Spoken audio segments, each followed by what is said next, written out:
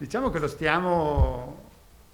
l'abbiamo quasi raggiunto. Vi ricordo l'altra volta vi ho detto che il ciclista in fuga e noi stavamo cercando di prenderlo. Diciamo che siamo lì, fra poco lo prendiamo e dopo lo superiamo anche.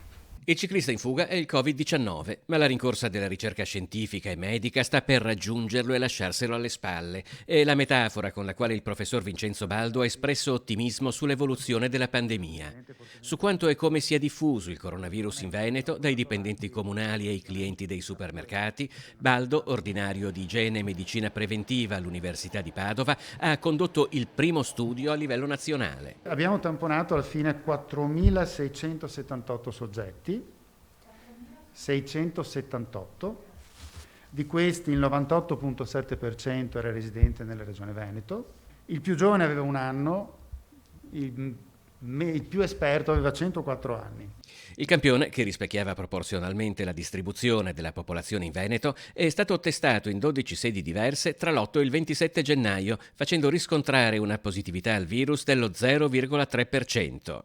La quasi totalità dei positivi erano asintomatici e senza contatti con sintomatici. L'incidenza del coronavirus è stata poi divisa per gruppi. I clienti della grande distribuzione, i familiari dei soggetti appartenenti agli enti e altri che non erano, diciamo, quelli di passaggio, tra virgolette.